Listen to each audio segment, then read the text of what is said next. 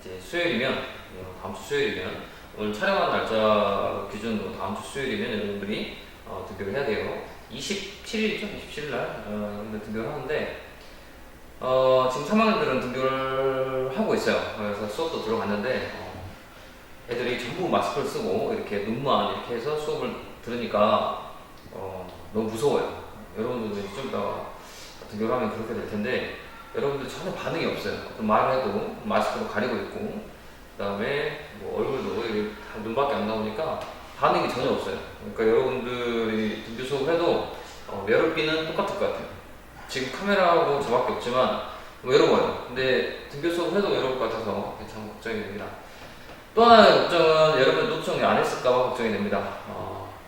지금 3학년 애들, 선생님 3학년에서 쇼트셀을 가르치는데 3학년 애들을 반에 수업 들어가서 물어보니까 26명 중에 선생님 예상은 한 절반 정도는 노트정리 해왔겠다, 절반은 안 했겠다라고 생각을 했었는데, 그래서 절반 정도를 가서 이제 야단을 쳐야겠다라고 했었는데 의외로 그 많은 양들을 전부 노트정리 해왔어요. 한 명만 빼고 다 했어요. 한 명은 아직 덜 한 거지 안 한 게 아니더라고요. 그래서 거의 99.9%는 노트정리 다 했다. 여러분들도 2학년이니까 2학년은 더 정신 차려야 되니까 더 잘 했을 거라고 생각이 듭니다. 그래서 오늘 이 수업을 듣고 노트정리가 안 돼 있다 그러면 학교 오면 박정비한테 혼납니다. 그래서 노트정리를 반드시 하시기 바랍니다. 우려되는 사람 몇 명 있어요. 몇 명 있는데 꼭 검사를 할 거니까 꼭 정리해서 복습을 좀 하시고 오셨으면 좋겠습니다. 양이 되게 많다. 양이 되게 많으니까 우리 일반적으로 수업했을 때하고 보다 훨씬 더 많이 나오고 양도 많아요. 왜냐면 커뮤니케이션이 안 되니까 이게 나 혼자만 말하니까 계속 그 얘기를 하게 되잖아요. 그래서 꼭 돌아서 보면서 반복해서 보면서 공부를 해줬으면 좋겠습니다. 자, 보겠습니다. 일단 저번 시간에 했던 것부터 잠깐 복습하면 우리는 재화의 공급, 물건을 팔면, 재화라는 것은 물건이에요. 물건도 있고 눈에 보이지 않는 것도 물론 재화지만 유체물, 무체물 전부 다, 권리도 전부 다 재화예요. 그 재화를 팔면 세금을 10%를 내야 된다. 사업자가 내고, 그 사업자는 뜯어다가 내는 거죠. 뜯어다가 냅니다. 거래 징수에서 납부해주고. 자, 그런데 이거는 실질 공급이고 실제로 파는 거, 실제로 공급하는 거. 근데 저번 시간에 했던 건 간주 공급이었어요. 실제로는 팔지 않았지만 정부에서 너는 팔았어, 그래서 너는 세금 내야 돼 라고 해주는 간주 공급이 총 6가지가 있습니다.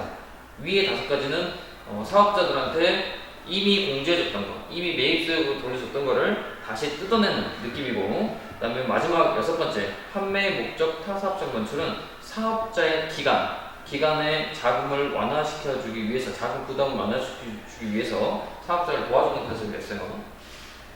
그래서 위에 5개는 세금계산서가 필요 없고, 밑에 하나는 세금계산서를 발급해야지만 공제를 해준다. 재화의 공급으로 봐서 혜택을 주는 거예요. 그래서 위에 5개는 제재의 컨셉, 밑에는 도와주는 컨셉이다. 이렇게 기억을 하시고, 위에는 왜 제재의 컨셉이냐면 엄밀히 말해서 제재가 아니죠. 왜냐면 매입수익을 돌려줄 이유가 있어서 돌려줬잖아요. 돌려주려면 뭐가 필요해? 일단 세금계산서가 필요하고, 그 다음에 그걸 사와서 과세 사업에 사용을 해야 돼요.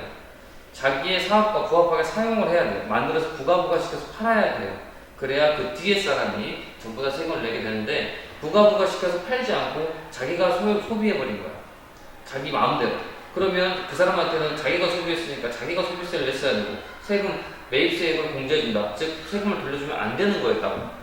오케이? 그래서 그거를 돌려주면 안 되는 것들을 다시 뜯어내는 거니까, 그거는 어떻게 말하면 제재라는 거는 원래 혜택을 안 받았어야 되는 혜택을 받은 놈들을 다시 뜯어내겠다는 컨셉이에요. 첫 번째, 면세 사업을 전용. 과세 사업을 쓴다고 가져가고 세금을 돌려받았어요. 근데 면세 사업이 썼대요. 그럼 면세 사업은 원래부터 세금을 안 내고 안 돌려받는 거야. 그래서 그 사람들한테는 다시 세금을 돌려받은 것을 내게 하겠다. 오케이? 그래서 야, 너는 너한테 팔았어. 너는 너한테 팔았으니까 너가 사업자면서 소비자니까 너한테 팔았으니까 세금을 너가 내 라는 컨셉인 거예요. 팔았다라고 해서 세금 내는 거야. 매출세액을 내는 거야. 매입세액을 공제받은 것을 뜯어내고 싶은데 매입세액을 가지고 뜯어내는 게 아니고 매출세액으로 팔았다고 해서 세금을 뜯어내는 거예요. 그거나 세금 뜯어내는 것은 똑같으니까 그런 식으로 뜯어낸다. 그 다음에 두 번째, 비영업용 소형수용차의 유지 또는 그거에 부수되는 유지인 거예요. 그래서 중요한 건 비영업용 소형수용차가 뭐냐. 근데 비영업용이라는 것은 회사에서 업무용으로 사용한다고. 회사에서 업무용으로 사용한다고 지네들은 그렇게 얘기했지만 실질적으로 개인적으로 사용으로 쓸 확률이 높다. 그래서 실제로 완전히 누가 봐도 업무용이다.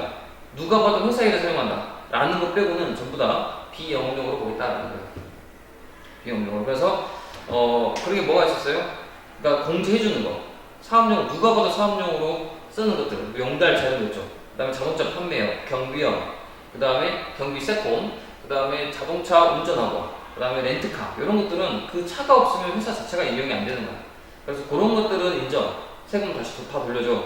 왜? 그걸 가지고 부가시켜서 팔면 다음 사람이 세금을 다 내게 되니까. 그런데 그 이외의 차들, 그냥 예를 들어서 뭐 떡볶이집 사장님이 회사에서 차를 샀다. 그러면 그런 것들은 회사에서 떡볶이를 만드는 게 아니고 개인적으로 출퇴근하면 쓸 거기 때문에 그런 건 세금 돌려줄 이유가 없다라고 해서 다시 추징을 한다라는 컨셉인 거예요. 자, 그 다음에 자기 차에다가 기름 넣는 것도 마찬가지야. 주유소 사장님이 자기 차에다가 자기 기름 넣었어요. 그러면 그 사람은 소비자인 거잖아. 자기가 자기한테 판게 된다고. 자기가 자기한테 팔았다고. 그래서 세금을 자기가 내야 된다는 소리야. 자, 세 번째가 뭐였어요? 개인적 공유. 페인트집 사장님이, 페인트를 만드는 사장님이 그거를 자기 집에 씻었대. 개인적으로 사용한 거죠. 그러면 그 사람 돈을 내고 사용해야 되는데 그렇지 않으니까 야, 너는 너한테 팔았어. 그러니까 세금 내. 라는 컨셉인 거예요. 근데 개인적 공급에 해당하지 않는 것들이 중요한 거야. 개인적 공급에 해당하지 않는 것들 뭐가 있어요? 그냥 막 개인적으로 써도 되는 것들. 개인적으로 줘도 되고, 이런 거. 뭐가 있었지? 작업모, 작업화, 이런 거 있어. 작업모, 작업화, 작업복. 이런 것도 있었죠. 줘도 된다라는 거. 그 다음에 직장에서 체육대회 할 때 이렇게 쓰는 것들. 직장 문화에 관련된 이런 것들은 전부 다 해도 된다라고 했었고. 그 다음에 또 하나 했던 게 최근에 만들어진 경조사와 관련된 우리 회사가 소세지집 회사인데, 소세지 파는 회사인데, 그 경조사 때문에 소세지를 막 준다, 이렇게. 10만원치까지는 개인적 공급으로 봐도 된다라고, 개인적 공급이 아니다라고 했었고, 그 다음에 네 번째가 사업상 증여가 있었습니다. 네. 사업상 증여까지 했죠? 사업상 증여. 개인적 공급은 그렇게 끝냈고, 사업상 증여는 뭐였어요? 사업상 증여는 내가 만든 재화나 영역을 다른 사람한테 막 주는 거, 그걸 사업상 증여라고 했어요. 자, 사업상 증여는 막 주면 안 되잖아. 왜냐면 내가 만들었을 때 원재료 사왔을 거고, 그러면 세금을 돌려받았을 거고, 그러면 그걸 팔아야지 다음 사람이 세금 내는데 나는 그걸 돌려받아놓고 내가 마음대로 경품으로 주거나 불특정 다수한테 그냥 친구한테 주거나 막 주는 거야. 거래처한테 주거나. 그러면 안 되죠. 그리고 왜 안 돼? 세금이 안 들어오잖아. 세금이 안 들어오니까 안 되니까 그럴 때는 너가 너한테 판 것으로 와서 세금을 뜯어내겠다. 왜? 돌려받은 것만큼 뜯어내겠다 라는 컨셉인 거예요. 왜? 그럴 때는 자기가 사업자가 아니고 소비자랑 똑같은 거니까. 자, 그런데 중요한 것은 사업상 증여에 해당되지 않는 게 중요한 거야. 사업상 증여에 해당되지 않는 것들은 몇 가지가 있었는데 크게 세 가지만 암기하도록 할게요. 첫 번째, 뭐였어요? 화장품이나 같은 데 샘플 끼워두고 있지? 그 샘플은 화장품 가격에 원래 포함된 거니까 그것은 가치가 없다고 봐서 그건 마음대로 줘도 된다. 견본품은 샘플 같은 건 그냥 줘도 된다. 그 다음에 견본도 마찬가지야. 무상으로 주는 견본만 돼요. 무상으로 주는 견본품은 우리 사업과 관련돼서 견본 써봐야 될 거 아니에요, 사람들이. 그런 것은 막 줘도 된다라는 컨셉이고, 그 다음에 특별 재난 지역에 무상으로 공급하는 것들. 예를 들어서 뭐 세월호나 이렇게 터졌을 때 라면을 막 그런 데를 막 갖다 주거나 아니면 라면 공장에서는 막 주는 거잖아. 근데 여기다가 세금 내라고 해요. 기부를 안 할 거 아니에요? 그래서 그런 건 좋은 일 하니까 그런 괜찮다라는 거. 한 가지만 넣으면 광고 선전용. 예를 들어 라면 공장인데 이거를 광고를 찍어. 그럼 자기 라면을 뜯어서 먹어야 될 거 아니야. 그럴 때는 우리 부가 창출에 뭐 기여하는 바가 있기 때문에 그런 것은 문제 삼지 않겠다라는 컨셉이었어요. 그 네 가지는 암기를 해줘야 돼. 사업상 증여에 해당하지 않는 것들. 이게 중요한 거예요. 그 다음에 다섯 번째가 폐업시 잔존제화가 있었죠? 폐업시 잔존제화. 폐업시 잔존제화는 망했어요. 회사가. 망했는데 남아있는 물품. 그 물품에 대해서는 세금을 다시 돌려받았다고요. 왜냐면 나는 사업자였으니까 그때까지는. 그래서 세금을 다시 돌려받았는데 지금은 개인이 소비자가 됐고 그러면 그 물품을 세금을 냈었어야 됐네. 그러니까 세금을 내라. 남아있는 거에 대한 만큼만 10%의 세금을 내고 망해라 라는 컨셉.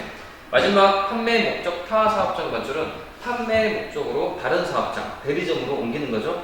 핸드폰 공장에서 대대적으로 옮길 때는 이때는 원래는 파는 게 아니죠. 옮기는 건데 그걸 팔았다고 보겠다. 그래야만 사업자가 더 좋다.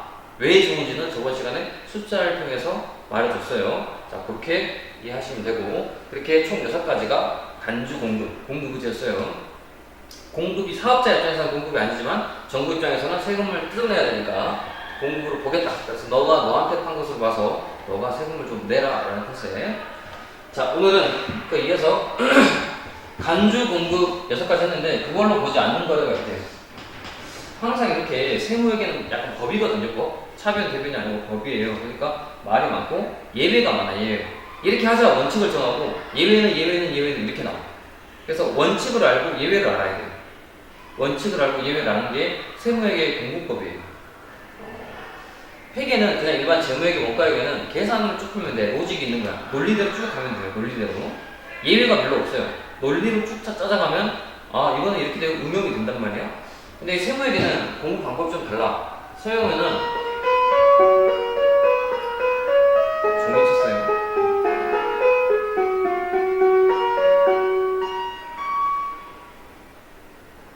자, 세무회계는 뭐가 다르냐면, 세무회계는 이게 차변 대변이 중요한 게 아니고 그거는 법인세에서 나오는데 우리는 그거 안 배우잖아. 부가세 소득세는 그게 중요한 게 아니고 어떤 법이야. 법이기 때문에 이론을 먼저 이해하고 원칙이 있어. 그 원칙을 알고 예외를 이렇게 알아야 되는 거야. 왜냐면 이런 세무회계는 우리 일상생활과 관련이 됐으니까 사회가 변하잖아요. 그럼 이것도 변하게 돼 있어요. 어떤 거는 조선시대에 세금낸 거랑 지금 세금낸 거랑 다를 거 아니야. 시대가 변할수록 자꾸 변해. 국회의원들이 변해. 그러니까 매년 공부를 다시 해줘야 되는 거야. 이게 세무회계가 어려운 거지. 쌤도 어려워요. 왜 어렵냐? 매년 다시 공부를 해야 돼. 매년 12월 달에 세법이 개정되거든요. 그러면 그 개정 내용을 또 공부해야 돼, 방학 때. 그래서 여러분들한테 수업을 해야 돼. 이렇게 맨날 바뀐단 말이야. 예전에는 소득세 부분들 다 바뀌었는데, 뭐 7단, 5단계였는데 지금 7단계고 막 이렇게 바뀌는 게 많아요. 아무튼 공부 방법은 이렇게 좀 원칙을 알고 예외를 알아야 된다. 이게 예외인 거야, 이제. 간주 공급으로 보지 않는 거. 공급으로 보지 않으니까 뭐야? 부가세를 내야 돼. 부가세가 안 되겠죠? 공급이 아니야. 매출이 아니야. 매출이 아니니까 세금 안 내는 거잖아. 그래서 6가지는 세금 안 내는 거. 객관식으로 너무 맞춰야 돼. 일단 간단하게 얘기할게요. 담보 제공, 담보라는 것은 나의 물건을 맡기고 뭐 돈을 얻어다 쓰는 거 이런 거죠. 2천만 원짜리 시계를. 근데 내가 당장 100만 원이 필요해. 근데 이걸 팔 수 없잖아. 그래서 이걸 잠깐 맡기고 100만 원 얻어다가 쓰고 그리고 나중에 갚아주면 되잖아요. 그럼 다시 갖고 오잖아. 이건 지금 누구 거? 맡길 때 누구 거? 내 거. 이걸 맡기고 돈만 빌려온 거지. 아직도 내 거야. 그래서 소유권이 넘어가지 않았어요. 그러니까 물건을 넘어가지 않았어요. 넘어갔죠. 근데 소유권 자체는 넘어가지 않았잖아. 아직도 내 거야. 저기 있지만 내 거야. 그래서 팔지 않았어요. 팔지 않았어. 공급이 아니야. 그러니까 부가세를 안 낸다라는 뜻에. 자, 그 다음에 조세에 올라가 보면 세금을, 이건 세금이죠. 세금을 물건으로 납부하는 거. 자, 세금을 물건으로 납부하면 그 세금을 물건으로 납부했다고 해서 물건을 판 거예요? 아니죠. 상식으로 이해할 수 있어. 자, 세금을 물건으로 납부하는 것은 원래 안 된다. 세금은 뭘로 납부해야 돼? 돈으로 납부해야 돼. 돈으로 납부해야 되는데 예외적으로 상속세나 증여세 같은 부분에서는 물건으로 납부해도 돼요. 예를 들어서 우리 아빠가 부자야. 건물 하나 가지고 있고, 건물 뭐 10억짜리 건물을 뭐 가지고 있대. 근데 이거를 아버지가 돌아가셨어. 그러면 상속을 받잖아. 내가 그 건물을 내 거가 되는 거야. 자동스럽게 유언이 없으면. 자, 그러면 그게 내 거가 되는데 그때 10억짜리 건물이면 상속세가 3억 4억이야. 그렇게 많이 내요. 그 공짜로 받는 거잖아. 아빠한테. 아빠가 부자여서 내가 혜택을 보는 거니까 그럴 때는 나 입장에서는 나라에서 보기에 야 너는 공짜로 개이득이네? 이 개이득은 안 된다. 개이득은 세금 많이 때릴 거야 라는 컨셉인 거예요. 세금 전체적으로 어떤 논리가 있냐면 일을 안 하고 버는 돈들, 자기의 노력이 없는 돈들은 세금 많이 뜨는 컨셉이에요. 그래서 그렇게 상속세, 증여세 같은 경우에는 네가 노력 안 했잖아. 아빠가 노력한 걸 네가 혜택 보는 거잖아. 그래서 세금을 많이 뜯어요. 10억이면 예를 들어 4억을 세금 내야 된다. 그럼 현금으로 4억이 있냐고. 현금 4억을 가지고 있는 사람이 얼마나 있겠어. 아무리 부자들도 현금은 많이 없어요. 재산이 많은 거지. 자, 그래서 이럴 때는 세금을 그 건물로 내는 거야. 그리고 나머지 부분은 돌려받을 수도 있고. 이렇게 되는 거야. 아니면 3개의 층만 10층짜리 건물에서 3개의 층만 팔고 위에 집은 내가 갖고 이런 식으로도 물건으로 납부할 수 있다. 자, 그렇게 물건으로 납부했다고 해서 건물을 줬다고 해서 이게 세금 낸 거지 물건 판 게 아니잖아요. 그래서 이것은 판 게 아니다. 부가세 대상이 아니다라는 컨셉. 자, 그다음 사업의 포괄적 용도는 뭐냐면 사업 전체를 내가 팔아버린 거야. 자, 예를 들어서 사업자 치킨집 사장님이에요. 자, 치킨집 사장님이 이번에 미국으로 떠난대. 그래서 다른 사업자한테 내 친구 걔도 치킨집 한대요. 그래서 내 걸 산대. 그럼 나는 1억 주고 판대. 그럼 나는 얼마를 받아야 돼? 뭔가 팔았으니까 1억 1천만 원 받아야 되죠? 10%. 그리고 얼마 세금 내? 1천만 원 세금 내는 거지? 그지? 자, 그러면 세금 냈으니까 얘는 세금 돌려받아 안 받아? 같은 사업자잖아. 사업자면 세금을 돌려받죠. 뭐가 있으면 세금 계산서 있으면. 그리고 그걸 가지고 물건 팔면 되겠지. 치킨도 팔 거 아니야. 치킨집에서 다시 치킨도 팔 거 아니야. 그래서 5천만 원 돈을 받을 거야. 그럼 나라에 들어오는 세금은 없잖아. 그래서 요거를 판 것으로 보지 말자. 판 것으로 보면 세금 내야 되고 다시 돌려줘야 되고 괜히 쓸데없는 일만 늘어난다. 그래서 요건 판 것으로 보지 말고 그냥 안 팔았다고 하자. 사업을 통째로 넘겨버렸을 때는 판 걸로 보지 말자라는 것에 부가세 징수에 실익이 없다. 도움되는 사람이 아무도 없다. 괜히 일만 늘어난다라는 컨셉이에요. 자, 그 다음에 네 번째 공매나 틀렸습니다. 이거 보세요. 공매나 경매. 혹시 이런 거 들어봤어요? 공매, 경매? 내가 계속 치킨집을 할게요. 치킨집이에요. 이게 건물이 5억짜리래. 치킨집이. 근데 내가 빚이 있었어. 빚이 2억이야. 현금을 빨리 줘야 돼. 근데 건물은 5억짜리인데 현금 2억이 없어서 이제 부도가 된 거, 망해버린 거죠. 그럴 수 있지. 이 건물을 5억인데 현금이 없으면 못 갚으면 부도인 거야, 망한 거야. 그래서 망해버렸어. 그래서 나라에서, 북세에서, 나라에서, 너 그 치킨집 팔아서 세금 내. 아니면 빚 갚아. 왜 이렇게 한다고. 이렇게 되면 어떻게 되냐, 봐. 사업자가 있어요. 그런데 이게 경매, 공매로 넘어가. 다른 사람들한테. 다른 사업자한테.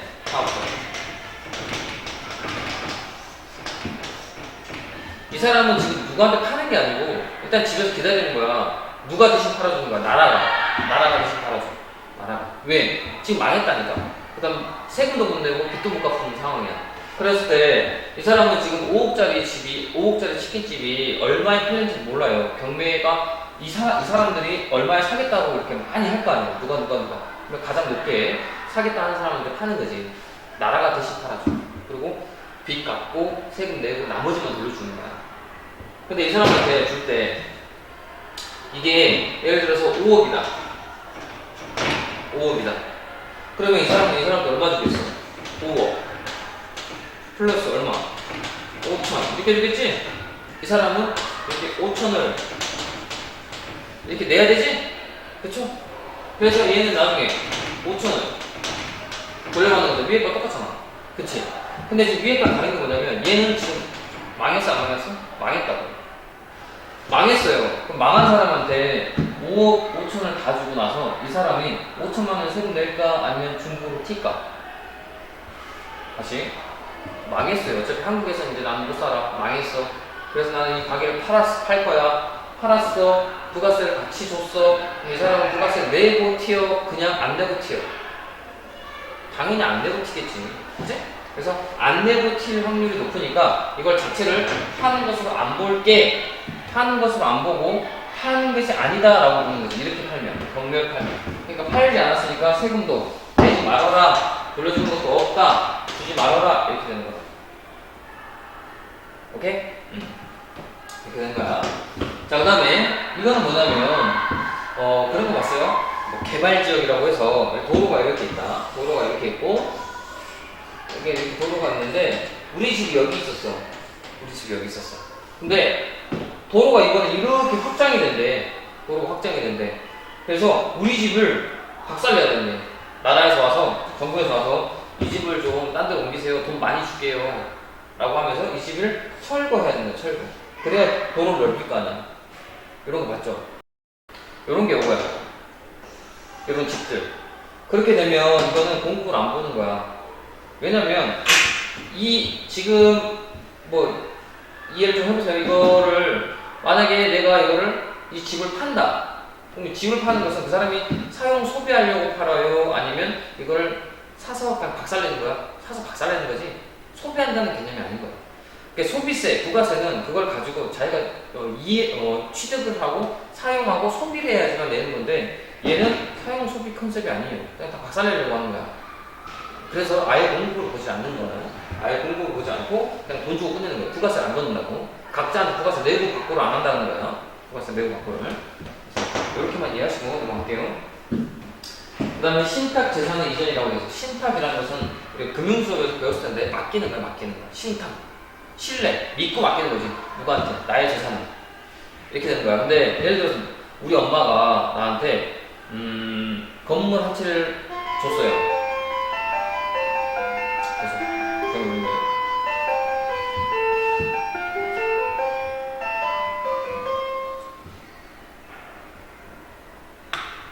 우리 엄마가 나한테 건물을 한 채 줬어요. 근데 이 건물을 내가 운영할 줄 몰라. 그냥 건물인 거지. 이 건물 가지고 어떻게 내가 수익을 창출하고 이런 걸 몰라요. 그러면 여러분들 어떻게 하겠어요? 그냥 팔아버려? 팔지 말고 전문가한테 맡기면 되는 거야. 그걸 신탁이라고. 저 전문가님 이 건물 저한테 있거든요. 근데 제가 지식이 없어서 이걸 이용할 줄 몰라요. 어떻게 운영하고 어떻게 수익을 더 창출하고 어떻게 좀 더 풀렸으면 좋을까요? 라고 이렇게 맡겨버리는 거야. 건물 자체를. 그리고 그 사람한테 수수료를 조금 주고 그 사람이 알아서 전문가가 이렇게 부가부가 창출해주는 거죠. 그렇게 맡기는 거죠. 그거를 신탁 재산의 이전이라고 해요. 그럼 이거는 이거랑 똑같네. 내 걸 일단 맡기고 그 사람이 해주는 거니까 맡기는 거지 내가 그 사람한테 파는 건 아니잖아요. 그래서 저와의 간주 공급을 보지 않는 거예요. 그래서 아무튼 중요한 건 이렇게 6가지가 있다라고 보고 이것도 객관식 시험에 아주 잘 나옵니다. 자격증 시험이나 우리 기말고사 때 나올 거니까 반드시 체크해준다. 쌤은 쭉 이렇게 예를 들어서 설명을 했지만 여러분들은 이제 이해했으면 단순 암기로 암기하셔야 돼. 담보 제공, 조세금 불납, 사업 포괄적 연도, 공매, 그 다음에 이거는 이렇게 수용되는 것들, 그 다음에 신탁 재산 이전. 책에서는 3가지밖에 없어요. 근데 밑에 3가지는 좀 추가적으로 했어요. 왜냐면 이게 자격증 시험이 나오니까 추가 경험을 했다. 보시고 그 다음에 이거 하겠습니다.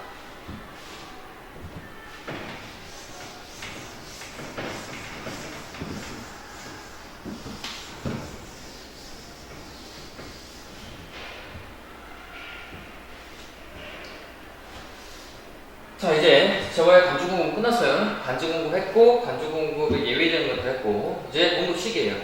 공급 시기가 뭐냐면, 말풀이 공급이라는 게 뭐예요? 물건 팔았다, 매출했다라는 거고, 시기라는 것은 언제 팔았나라는 거예요. 언제? 이거는 매출. 이거는 언제? 언제 매출했냐? 이거죠? 언제 매출했냐가 뭐가 중요해? 매출했냐 안 했냐가 중요하지. 라고 생각하면 안 돼. 왜냐면, 언제 팔았냐가 왜 중요하냐면 언제 세금 내냐가 결정이 되는 거야. 그리고 언제 세금 계산서를 발급할까가 결정이 되는 거야. 언제 팔았냐?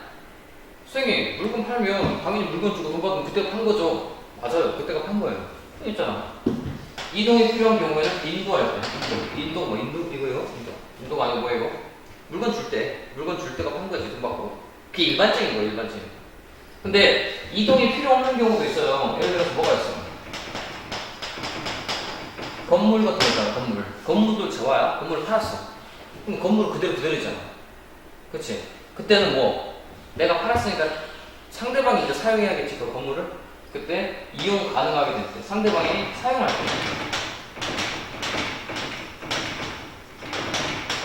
그때가 판 것으로 보는 거죠, 판 것으로. 자, 이건 일반적인 경우야. 당연히 물건 팔고 돈 받을 때, 그때가 판 거야. 근데 예외가 항상 문제라니까, 생각해서. 항상 원칙이 있고 예외적인 것들을 공부를 하셔야 돼. 예외. 근데 이게 책에는 56페이지에 나와 있는데 이걸 다 적기에는 너무 노트 양이 많을 것 같아가지고 선생님이 그냥 한 줄로 하고 말았어요. 그래서 이 부분은 약간 예외적인 부분이거든요. 이 2개는. 근데 요거는 선생님이 교과서에서 56페이지 보면 여러분들 있어요. 그거를 밑줄 그을 때 그때 한꺼번에 하는 걸로 하겠습니다.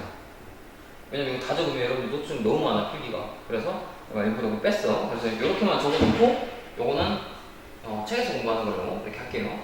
요거만 하고 어떻게요? 자, 특례. 이 특례가 좀 중요한데 좀 특이한 거지. 특이한데 그래서 특례죠. 이게 일반적인 거야. 물건 팔고 돈 받으면 그때가 판 거지 당연히. 지금 이게 뭐가 중요하냐면 봐봐.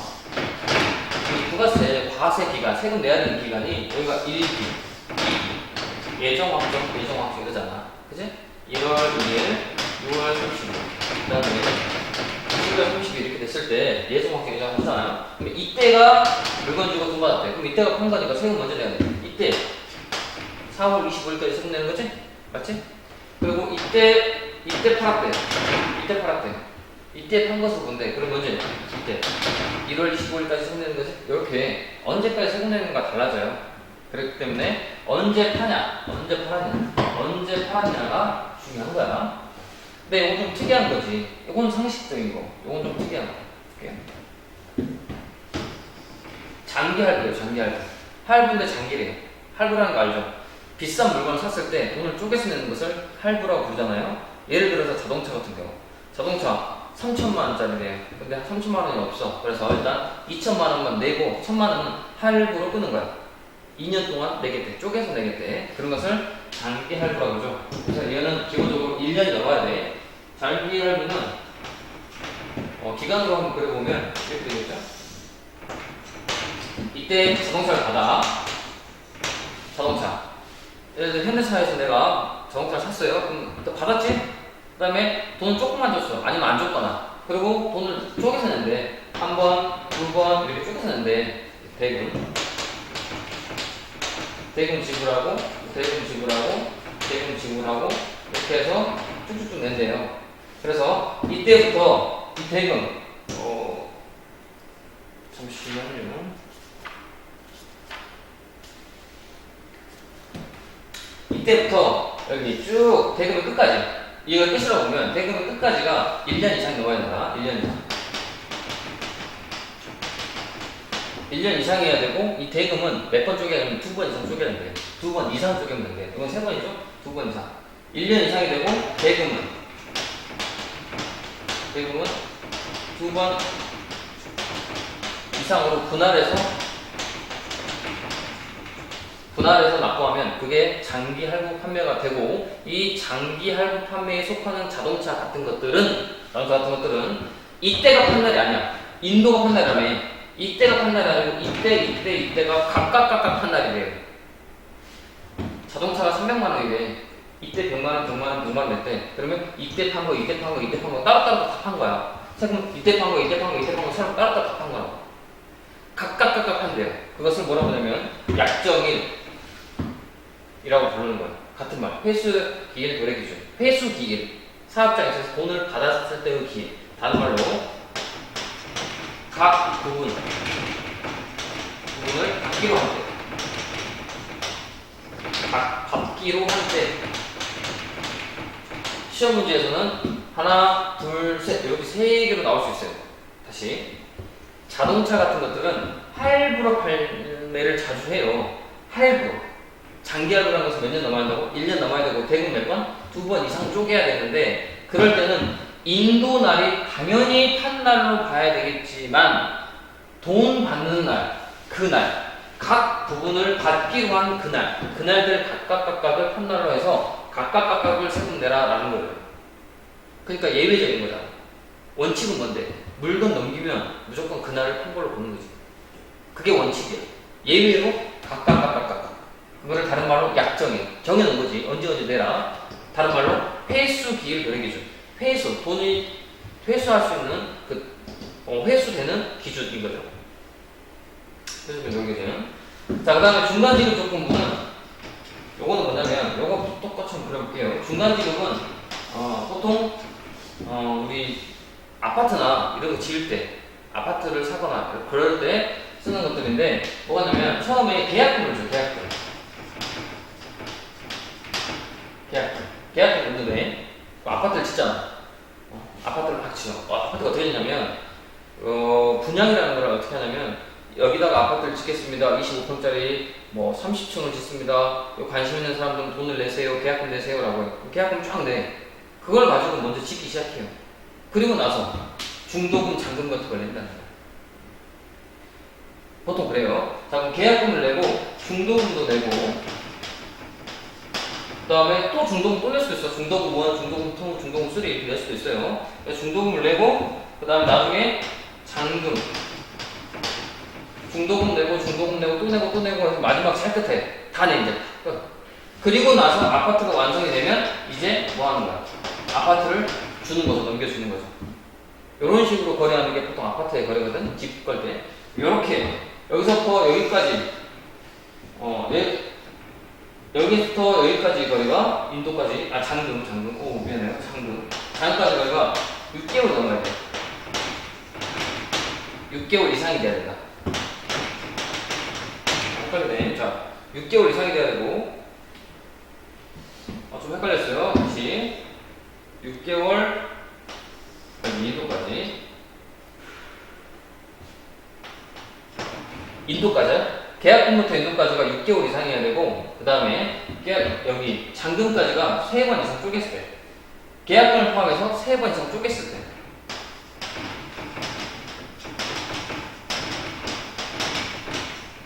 세 번 이상 부담했을 때를 중간지급 조건부라고 불러요.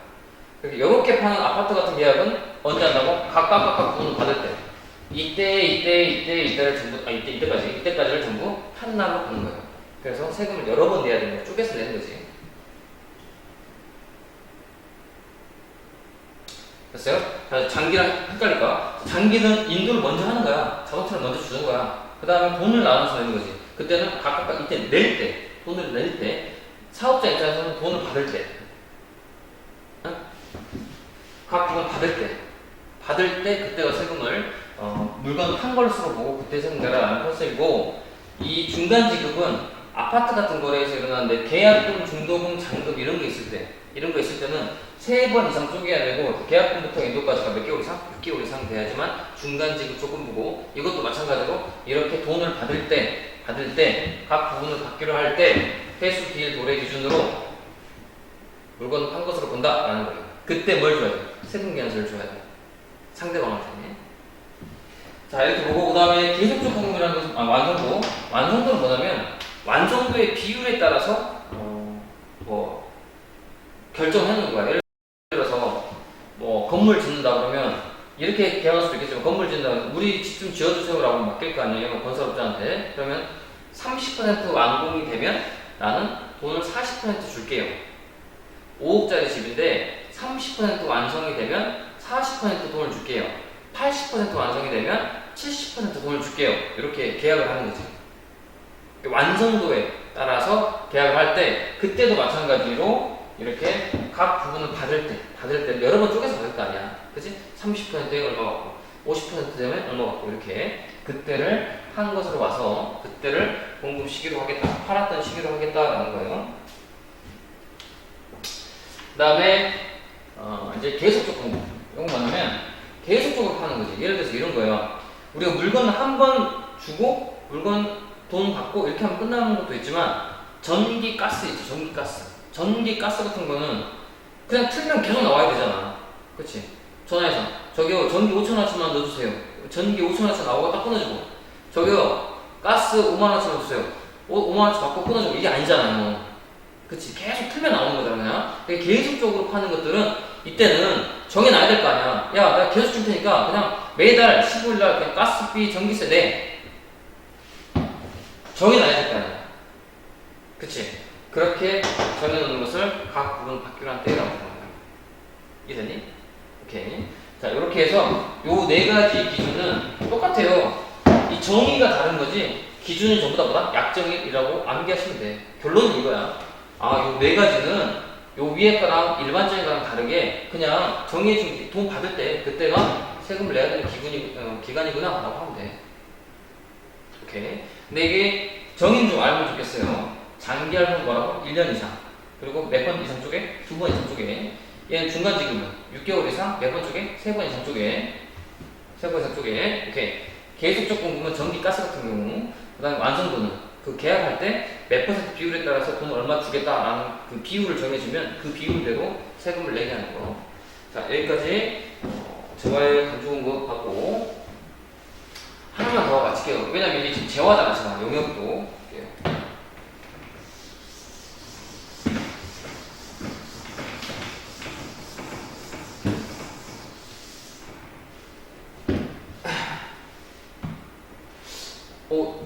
뒤에 돼 있는데 요거는 아마 고등학교 계약을 하고 나서 해야 될 것 같고 여기까지만 할게요. 여기까지만. 자, 여기까지만.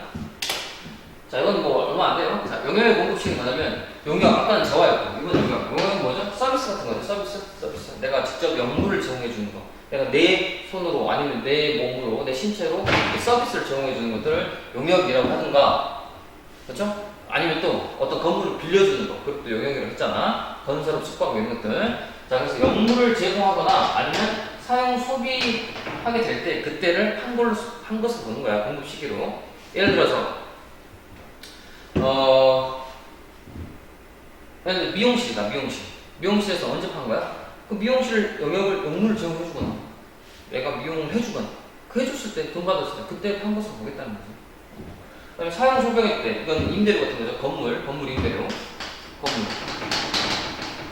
건물 임대할 때 내가 빌려준다, 원룸 빌려준다. 그러면 그 사람이 사용 소비하게 될 때 그때를 한 것을 보겠다라는 거죠. 자, 근데 이것도 마찬가지로 57페이지에 쭉 정리가 되어 있고 거기에서 자세한 거 밑줄을 긋겠어요. 뭐 예외적인 거, 이 두 가지는 시험에 나오니까 이 두 가지만 체크하고 마치도록 할게요. 자, 간주 임대료라는 거 있어요. 임대료긴 임대료인데 무슨 임대료? 간주라는 거 이제 이해해야 돼. 간주는 그렇게 보겠다라는 거야. 그렇게 보겠다. 너는 그렇지 않더라도 나는 그렇게 보겠다. 그럼 정해지는 거지. 그렇게 하겠다는 거야. 자, 간주 임대료는 뭐냐면 우리가 어디 여러분들 취업해서 어디 월세 같은 거 구할 때 보증금을 내고 월세를 내잖아. 건물이에요. 이제 여러분들이 취업을 해서 애들 부산으로 취업을 했다. 그럼 뭐부터 구해야 돼? 일단 방부터 구해야 되지. 그러면 집이 부자가 아니면 원룸이라는 것을 구할 거고, 그럴 때 구할 때는 이 원룸을 구할 때는 두 가지를 내야 돼. 첫 번째 보증금 내야 되고, 그 다음에 뭐 월세 내야 되지. 월세. 두 가지 낸다고. 보증금은 예를 들어서 1000만원, 그리고 월세는 한 달에 30만원 이렇게 낸다고. 그리고 월세를 많이 못 내면 보증금에서 깐다고, 집주인이. 그치? 이렇게 내는 거야. 이렇게 두 가지.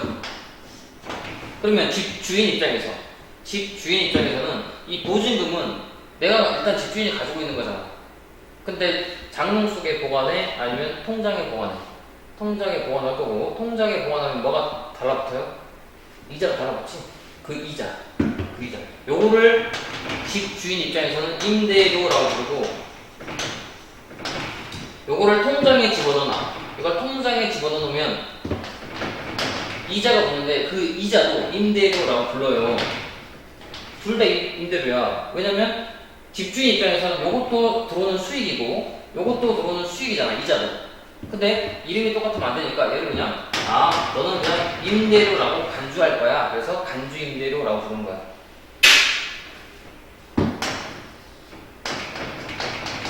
요 통장에 넣는 이자 말하는 거야. 그래서 얘는 집주인 입장에서는 월마다 받는 거니까 임대료라는 수익이고, 보증금은 나중에 이 사람이 나갔을 때 돌려줘야 되지만 당장은 내 통장에 있으니까 이자가 들어오고, 그 이자는 임대료도 임대료지만 이름이 똑같으니까 임대료 간주할 거야. 그래서 간주 임대료라고 부른다고. 그게 이자야. 이해되지? 그럼 집주인 입장에서는 두 가지를 이득을 얻네. 월세도 받고 여기 이자도 받고. 그쵸? 그래서 그 간주 임대료는 세금 언제 내야 하냐면 예정신고기간 또는 과세기간 종료일. 예정신고기간은 뭐가 있어? 안쪽했잖아.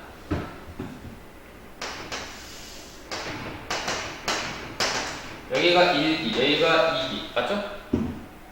예정. 나머지는 확정이죠? 여기가 예정신고기간 종료일이야. 여기가 예정신고기간. 그 다음에 여기가 과세기간 종료일. 예정신고기간 종료일. 과세기간 종료일. 이렇게 한다고. 그러니까 이날 이자 받았으면 이날이라고. 이날 판단하면 이날 이자를 받았대. 간주임대로. 그러면 이때 판 게 아니고 언제 판 거라고? 이때 판 거라고. 이때 받았대. 언제 판 거라고? 이때 판 거라고. 종료일이니까. 선생님 이때 이자 받았는데 왜 이때 판 거예요? 그렇게 법에서 정한 거야. 그게 좀 특이하다는 거지. 우리 헬스장 다니는데, 헬스장 다닐 때 어떻게 다녀요? 일단 헬스장 가입해서, 일단 저거 80kg인데요. 운동을 열심히 해서 살이 빠지면 돈 내고, 안 빠지면 돈 안 낼게요. 그래요?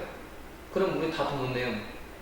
안 되잖아. 일단 돈을 내고, 그다음 열심히 운동하는 거죠. 그렇지? 자, 그럼 일단 운동을 할 때 미리 돈 내는 거잖아. 미리. 선불로. 미리 돈 내는 거잖아. 그렇지? 그 사람 입장에서는 미리 받는 거고, 우리 내는 사람 입장에서는 미리 내는 거고, 미리 받는 거고, 미리 내는 거고. 자, 그럴 때는 장기로 되면 1년이 넘어가면 마찬가지 얘도 예정 신고 기간, 그 다음에 과세 기간 종료 똑같다. 이 두 개가. 헬스장 같은 거나 아니면 간주임대로 같은 거는 항상 이때를 공급시키로 해서 그 다음 달 25일까지 세금을 내면 된다는 컨셉이에요. 실제로는 헬스장에서는 이때 돈 받았대. 실제 이때 받았지만 이때 판 게 아니고 먼저 판 거라고. 이때 판 거라고. 그리고 다음 달 20일까지 세금 내요. 요 말이에요, 말. 자, 그래서 요거 좀 특이한 케이스니까 암기해 두시면 되고, 여기 부분은 뭐 그렇게 크게 중요한 건 아닌데 책으로 밑줄 그을 때 한번 정리해 보도록 하겠습니다. 그래서 여기까지 하고, 원래는 선생님이 이번 시간은 여기까지 하라고 했어요. 부수된 공부 여기까지 하라고 했는데 시간상 안 될 것 같고, 요거는 여러분들이 그 등교하면 그때 하는 걸로 하겠습니다. 아무튼 여기까지 해서 노트 정리, 여기까지 해서 노트 정리를 해서 학교 와야 돼요. 그래서 첫날, 여러분 만난 첫날 수요일날 노트 검사를 바로 하겠습니다. 그래서 반드시 노트 정리 해갖고 오시고, 수요일날 수업을 듣는 학급에서는 노트를 그냥 이렇게 펴놓으면 돼. 그러면 선생님이 알아서 돌아다니면서 노트 검사하고 야단치고 노트 검사하고 야단치고 할 거니까 그때 보는 걸로 할게요. 자, 아무튼 다음 주에 드디어 얼굴 보게 됩니다. 얼굴 좋은 모습으로, 밝은 모습으로 건강하게, 그리고 왔으면 좋겠습니다. 다음 시간에 학교에서 보는 걸로 하겠습니다. 고생하셨습니다.